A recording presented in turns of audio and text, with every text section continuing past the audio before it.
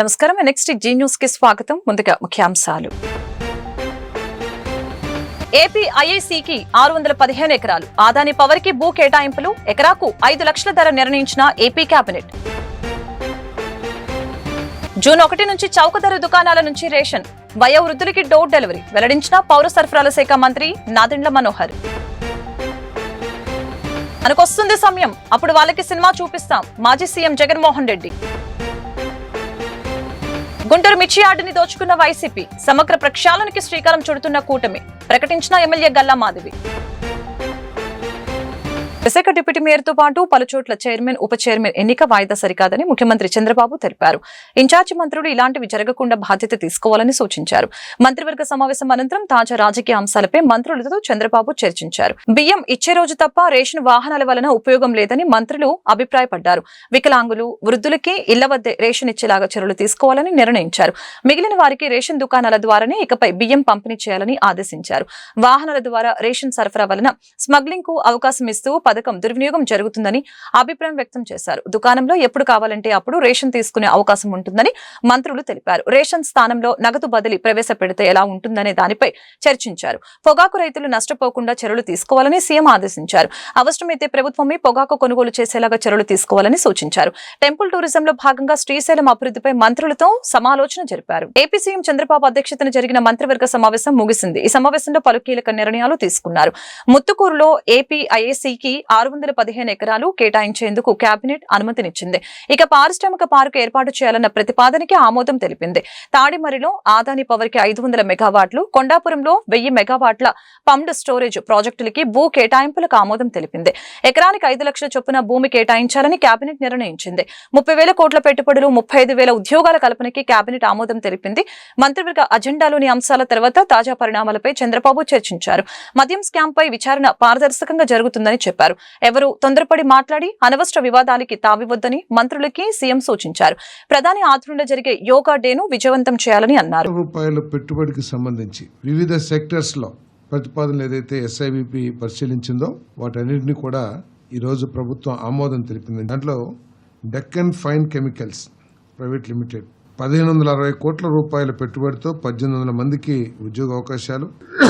Bharat electronics limited defence systems integration complex government of India, అది 1400 కోట్ల పెట్టుబడితో 800 మందికి ఉపాధి అవకాశాలు లభించేది. PUR energy electronic vehicle manufacturing facility, అంటే బ్యాటరీలు, 2 వీలర్స్, ఎలక్ట్రిక్ వెహికల్స్ ని మ్యానుఫ్యాక్చరింగ్ కోసం 1786 కోట్ల రూపాయల పెట్టుబడితో 1200 మందికి ఉపాధి అవకాశాలు లభించే విధంగా. అదేవిధంగా బ్లూజెట్ హెల్త్ కేర్ లిమిటెడ్ 2300 కోట్ల రూపాయల పెట్టుబడితో 1750 మందికి ఉపాధి అవకాశాలు. Jupiter renewable private limited solar cells, modules తయారు చేయడానికి 2700 కోట్ల పెట్టుబడి, 2216 మందికి ఉపాధి అవకాశాలు. దీంతో పాటు Mohan Spintex India limited ATC tyres అని 2 యూనిట్స్ ఉన్నాయి. ఇన్సెంటివ్స్ జియో ఎక్స్టెండ్ చేశారు. ఇంప్లిమెంటేషన్ 2028 వరకు. 482 crores ఇన్వెస్ట్మెంట్, 1525 1860 మందికి ఉపాధి అవకాశాలు. అదేవిధంగా ATC tyres AP private limited tyre manufacturing unit 1779 కోట్ల రూపాయల పెట్టుబడితో 600 మందికి ఉపాధి అవకాశాలు లభిస్తాయని చెప్పేసి మనం చేస్తాను. అదేవిధంగా Wingtech mobile communications India private limited mobile phones తయారీ పరిశ్రమ ఈ రాష్ట్రంలో పెట్టుబడి పెట్టబోతా ఉంది. దాదాపు 1061 కోట్ల రూపాయల పెట్టుబడితో దాదాపు 10,000 మందికి డైరెక్ట్గా కానీ ఇండైరెక్ట్గా కానీ ఉపాధి అవకాశాలు లభిస్తాయని చెప్పేసి కూడా తెలియజేస్తా ఉన్నాను నేను. అదేవిధంగా ఎలీప్ కుప్పంలో 5 ఎకరాలు కేటాయించి 5 కోట్ల రూపాయల పెట్టుబడితో 1500 మందికి ఉపాధి అవకాశాలు లభించే విధంగా ఎలీప్ని కుప్పంలో స్టార్ట్ చేస్తానికి ప్రభుత్వం నిర్ణయం తీసుకుందని చెప్పేసి మనం చేస్తాం. ఈ ఎలీప్ గాజుల రామారావు తెలంగాణలో చాలా బ్రహ్మాండంగా విజయవంతమైంది. మన ఆంధ్రప్రదేశ్లో కూడా నున్న ప్రాంతంలో అనేక ప్రాంతాల్లో పెట్టారు. మహిళల్ని ప్రోత్సహించాలని చెప్పేసి వ్యాపారవేత్తలుగా తీర్చిదిద్దాలని, మహిళలకు కూడా అన్ని రంగాల్లో సమాన అవకాశాలు కల్పించాల లక్ష్యంతో మరి మొట్టమొదటిగా కుప్పంలో స్థలం కేటాయించడం జరిగింది 5 కోట్ల రూపాయలు పెట్టుబడితో. అదేవిధంగా కంప్రెస్డ్ బయోగ్యాస్ మన తోటపల్లి నియోజకవర్గంలో నితిన్ సాయి కన్స్ట్రక్షన్స్ వారు 150 కోట్ల రూపాయల పెట్టుబడితో దాదాపు 500 మందికి డైరెక్ట్గా ఇండైరెక్ట్గా ఉపాధి అవకాశాలు లభించడం. అదేవిధంగా దేశరాజ్ సోలార్ జూన్ 1వ తేదీ నుంచి చౌక ధర దుకాణాల ద్వారానే రేషన్ సరఫరా చేస్తామని, 66 ఏళ్ల పైబడిన వృద్ధులకి డోర్ డెలివరీ చేస్తామని ఏపీ పౌర సరఫరాల శాఖ మంత్రి నాదెండ్ల మనోహర్ తెలిపారు. మంత్రివర్గ సమావేశం అనంతరం కేబినెట్ నిర్ణయాలని మంత్రి పార్థ సారథితో కలిసి నాదెండ్ల మనోహర్ మీడియాకు వెల్లడించారు. 29,000 చౌక దుకాణాల ద్వారా గతంలో బియ్యం సహా ఇతర సరుకుల సరఫరా జరిగేది. గత వైసీపీ ప్రభుత్వం ఎండియూల పేరిట ఈ వ్యవస్థని నాశనం చేసింది. 9,260 మొబైల్ డిస్పెన్సింగ్ యూనిట్ల కోసం 1,860 కోట్లు వృధా చేశారు. లబ్ధిదారులకి తమ ఇబ్బందుల్ని ఎవరికి చెప్పుకోలేకపోయారు. 30% మందికి రేషన్ అందటం లేదని IVRS సర్వేలో తేలింది. రేషన్ సరఫరాకి వాహనాలు వచ్చాక జవాబుదారితనం లేదు. సరుకులు ఎటు వెళ్తున్నాయో తెలియదు. వందల సంఖ్యలో క్రిమినల్ కేసులు ఈ వాహనాల ఆపరేటర్లపై నమోదయ్యాయి. బియ్యం అక్రమ రవాణా కోసం ఓ గ్రీన్ ఛానల్ ఏర్పాటు చేసుకున్నారు. 29,000 దుకాణాలకి 9,000 వాహనాలు సరిపోతాయా? దొంగ లెక్కలు చూపి బియ్యం దారి మళ్లించారు. ఒక్కో వాహనానికి నెలకి 27,000 చొప్పున పౌర సరఫరాల శాఖ చెల్లిస్తోంది. చాలా అంశాలు పరిశీలించి వీటిని రద్దు చేయాలని నిర్ణయించాం. చౌక దుకాణాలు ప్రతి నెల 1 నుంచి 15వ తేదీ వరకు అందుబాటులో ఉంటాయి. జూన్ 1 నుంచి చౌక దుకాణాల ద్వారా మాత్రమే రేషన్ సరఫరా అవుతోంది. 9,260 వాహనాలు ఉచితంగా ఆయా లబ్ధిదారులకి బదలాయించాలని కేబినెట్ నిర్ణయం తీసుకుందని నాదెండ్ల మనోహర్ వివరించారు. కేబినెట్ లో మంత్రులందరం కూడా చర్చించి గతంలో ఉన్న PDS రైస్ పంపిణీ వ్యవస్థ ఏదైతే ఫేర్ ప్రైస్ షాపుల ద్వారా రాష్ట్ర వ్యాప్తంగా 29,000 షాపుల్లో ప్రతి నెల 1వ తారీఖు నుంచి 15వ తారీఖు వరకు ఉదయం నుంచి రాత్రి వరకు ప్రజలకి అందుబాటులో ఉండి సరుకులు సరఫరా చేసే వ్యవస్థని కుట్రపూరితంగా గత వైఎస్ఆర్సీపీ ప్రభుత్వం రాష్ట్రానికి అపార నష్టం కలిగిస్తూ వినియోగదారులు కూడా కనివిని ఎరగని రీతిలో ఇబ్బందికరమైన పరిస్థితులు తీసుకొచ్చారు. ఈ 9,260 MDU వ్యాన్లు ఏర్పాటు చేయడానికి కోసం 1,860 కోట్ల రూపాయలు ప్రజాధనాన్ని దుర్వినియోగం చేశారు. ట్రయల్ ప్రాజెక్టుగా ఇంటింటికి మేము డోర్ డెలివరీ చేస్తామని పెద్ద పెద్ద మాటలు చెప్పిన వారు ఆ ట్రయల్ ప్రాజెక్టు కోసం, పైలట్ ప్రాజెక్ట్ కోసం మరొక 200 కోట్ల రూపాయలు వెచ్చించారు. చివరికి అంతిమంగా వినియోగదారుడికి చెప్పుకోలేని సమస్యలు. ఇంటింటికి ఎక్కడ కూడా డోర్ డెలివరీ జరగలేదు. ప్రతి వీధికి వచ్చి అది కూడా ఆ ఆపరేటర్కి ఏ విధంగా అనుకూలంగా ఉందో ఆ సమయానికే వచ్చి ఉన్నంతసేపు ఉండి వెళ్ళిపోయే పరిస్థితి ప్రతి ఒక్కరం కూడా మనం చూస్తూనే ఉన్నాం. మనకి ప్రజల్లో తిరుగుతున్నప్పుడు ఈ సమస్యలపైన వాళ్ళు ఎంతో ఆందోళన చెందుతూ మన దృష్టికి తీసుకొచ్చారు.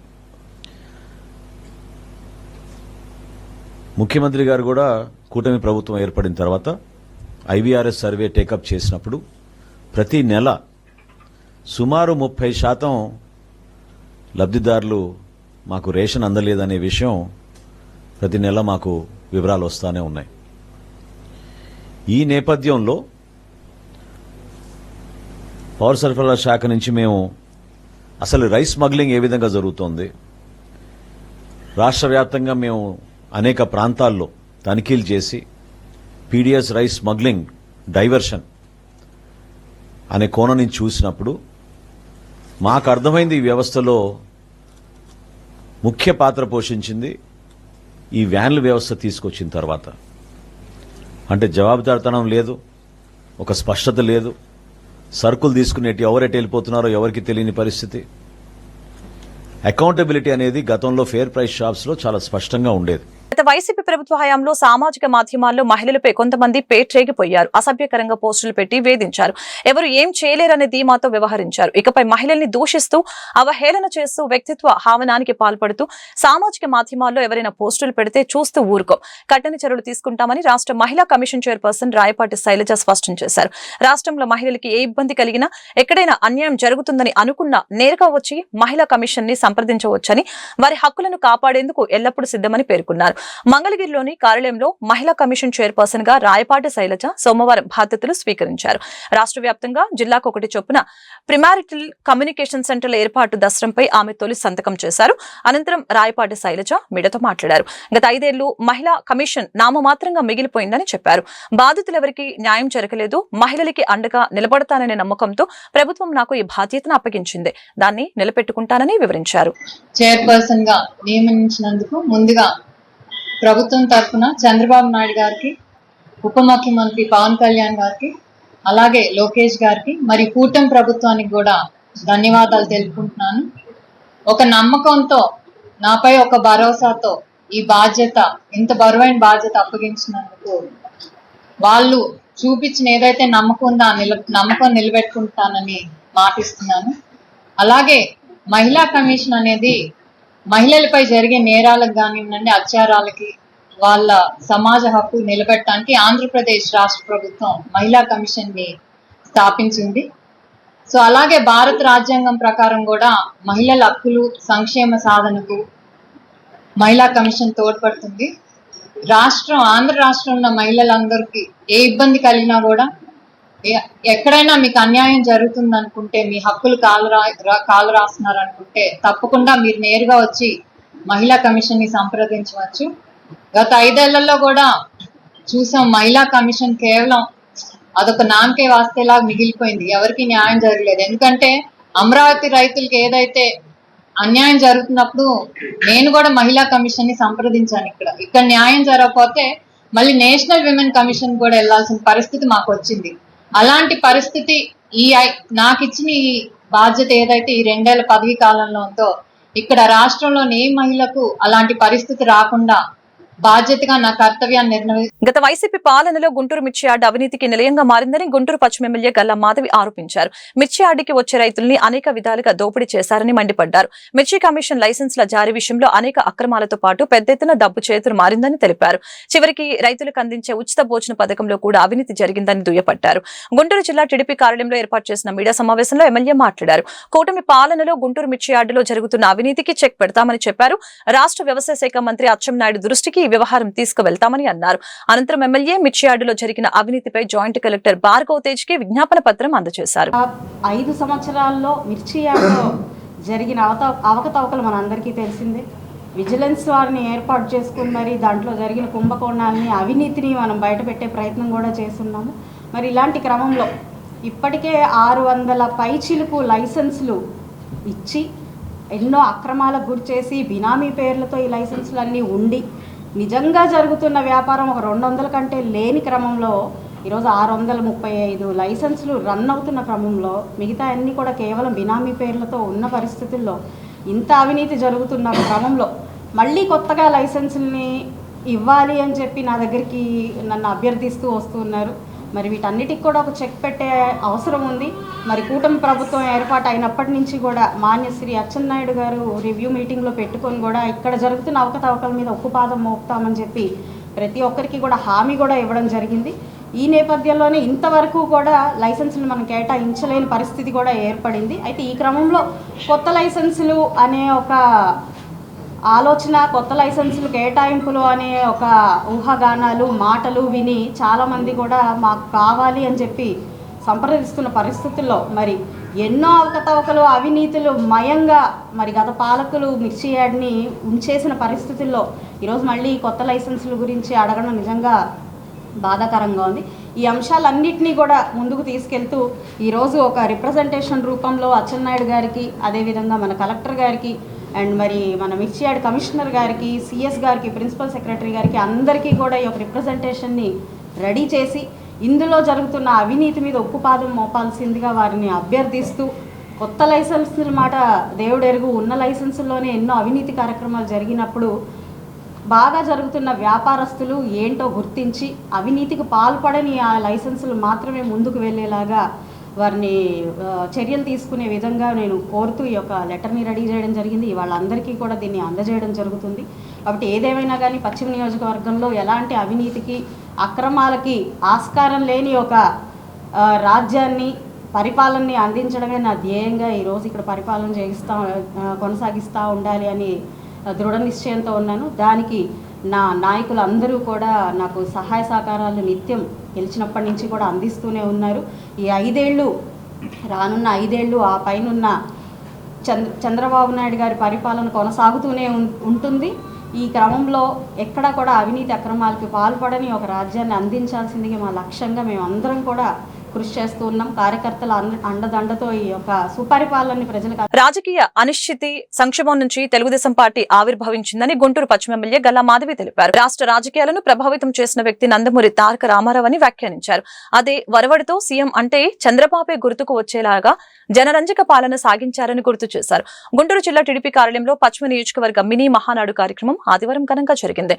ఈ సందర్భంగా ఎమ్మెల్యే 8 తీర్మానాలు ప్రవేశపెట్టి ఆమోదింపజేశారు.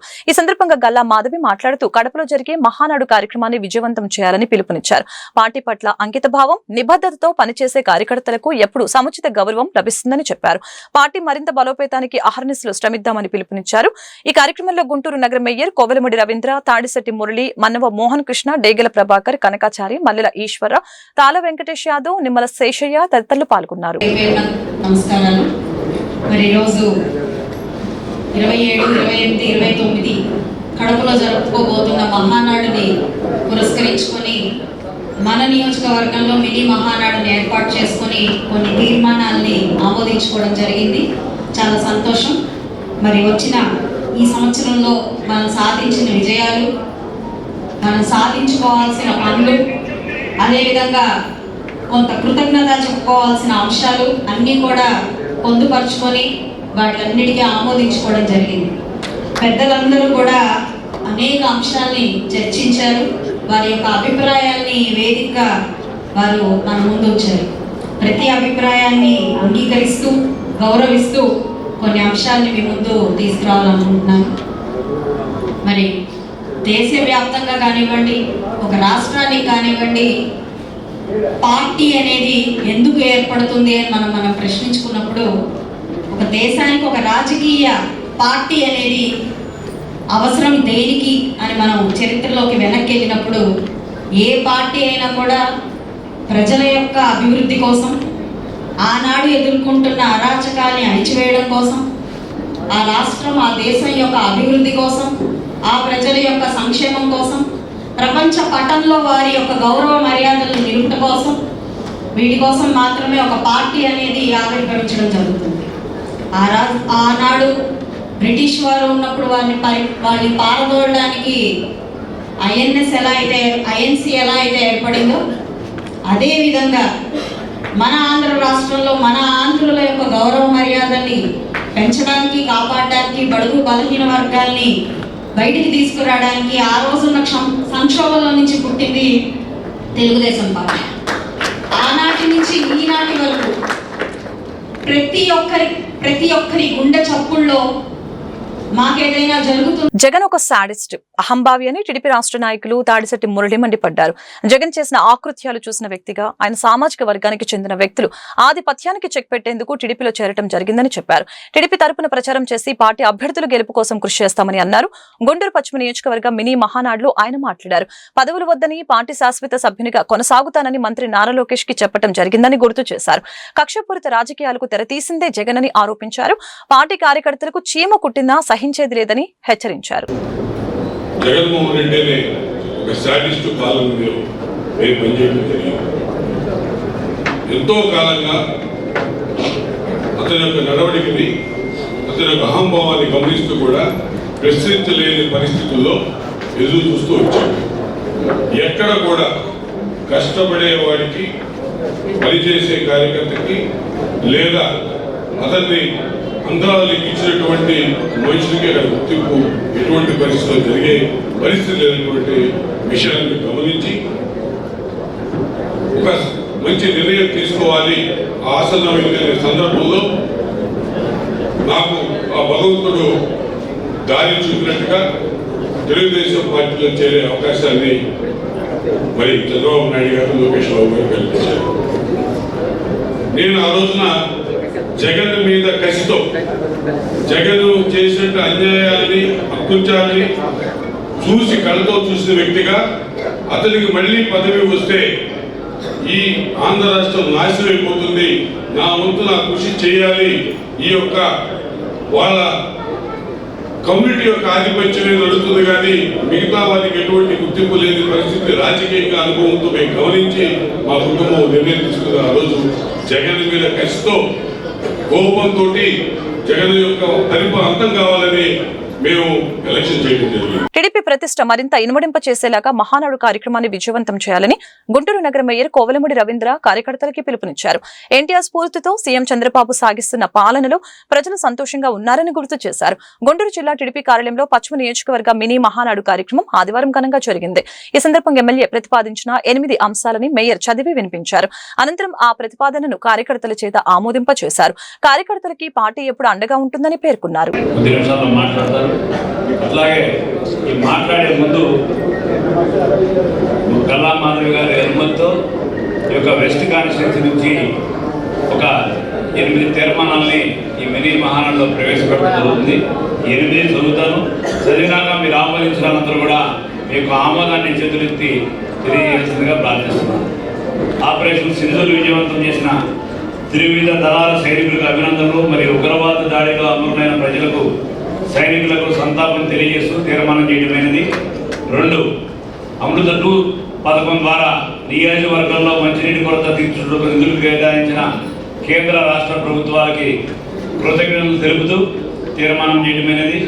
3 గుంటూరు ప్రజల చిరకాల వాంఛైన శంకరుల సార్వని ఆర్ఓబిని పునర్నిర్మాణము నిధులు కేటాయించిన కేంద్ర రాష్ట్ర ప్రభుత్వాలకి కృతజ్ఞతలు తెలుపుతూ తీర్మానం చేయడమైనది. దీనిలో ముఖ్యంగా మన కేంద్ర మంత్రివర్యులు మన పార్లమెంట్ సభ్యులు పెమ్మసాని చంద్రశేఖర్ గారు తీసుకున్న అతి ముఖ్యమైన పాత్రకి మనం అందరం కూడా ఆయనకి ధన్యవాదాలు తెలపాల్సిన బాధ్యత మన మీద ఉంది. ఆంధ్రప్రదేశ్ రాజధాని అమరావతి నిర్మాణం నిధులు కేటాయించి శంకుస్థాపన చేసిన ప్రధానమంత్రి నరేంద్ర మోడీ గారికి, ముఖ్యమంత్రి నారా చంద్రబాబు నాయుడు గారికి కృతజ్ఞతలు తెలుపుతూ తీర్మానించడమైనది. 5 గుంటూరు పశ్చిమ నియోజకవర్గంలో అసంపూర్ణంగా మిగిలిపోయిన under ground drainage system project నిధులు కేటాయించవలసిందిగా రాష్ట్ర ప్రభుత్వాన్ని అభ్యర్థిస్తూ తీర్మానించడమైనది. కృతజ్ఞతలు తెలుపుతూ తీర్మానించడమైనది. 8 కుటుంబ సాధికారిక సమితి వ్యవస్థను సృష్టించడం ద్వారా ప్రభుత్వాన్ని మరింత ప్రజలకు చేరవేసే విధంగా నిర్ణయం తీసుకున్న తెలుగుదేశం పార్టీ నాయకత్వానికి కృతజ్ఞతలు తెలుపుతూ తీర్మానించడమైంది. గల్లా మాధవి గారు గుంటూరు పశ్చిమ మీరందరూ ఆమోదించవలసిందిగా కోరుతూ మీరందరూ మీ యొక్క ఆమోదాన్ని చేతులెత్తి తెలిపవలసిందిగా కోరుతున్నాం. మీరందరూ దీన్ని ఆమోదం చేసినందుకు ధన్యవాదాలు తెలుపుతున్నాను. అట్లాగే ఈ యొక్క తీర్మానాన్ని అట్లాగే రేపు అక్కడ రాష్ట్రంలో రాక్షస పాలన కొనసాగుతుందని వైసీపీ అధ్యక్షుడు మాజీ సీఎం వైఎస్ జగన్మోహన్ రెడ్డి మండిపడ్డారు. కలియుగంలో రాజకీయాలు చేయాలంటే భయం ఉండకూడదు, కేసులకి జైళ్లకు భయపడకూడదు. అలా అయితేనే రాజకీయాలు చేయగలం. తెగువ ధైర్యం ఉంటేనే రాజకీయాలు చేయగలం. చంద్రబాబు చేస్తున్న రాజకీయాలు ఇలానే ఉన్నాయని వ్యాఖ్యానించారు. స్థానిక సంస్థల ప్రజా ప్రతినిధులతో మంగళవారం వైఎస్ జగన్ భేటీ అయ్యారు. డాక్టర్ బిఆర్ అంబేద్కర్ కోనసీమ జిల్లా రామచంద్రపురం మున్సిపాలిటీ, పార్వతీపురం మన్యం జిల్లా పార్వతీపురం మున్సిపాలిటీ, శ్రీ సత్యసాయి జిల్లా రామగిరి మండలం, గ్రేటర్ విశాఖ మున్సిపల్ కార్పొరేషన్ ప్రజా ప్రతినిధులతో సమావేశమైన వైఎస్ జగన్ తాజా రాజకీయ పరిణామాలపై చర్చించారు. ఈ సందర్భంగా ఆయన మాట్లాడారు. రాబోయే రోజుల్లో ప్రజల తరపున గట్టిగా పోరాటాలు చేద్దామని పిలుపునిచ్చారు. వచ్చేది మన ప్రభుత్వమేనని స్పష్టం చేశారు. అప్పుడు మంచి రోజులు ఖచ్చితంగా వస్తాయని అన్నారు. పార్వతీపురం కౌన్సిలర్లకు, కోనసీమ జిల్లా రామచంద్రపురం నుంచి వచ్చిన కౌన్సిలర్లకు, సత్యసాయి జిల్లా రామగిరి మండలం నుంచి వచ్చిన ఎంపీటీసీలకు,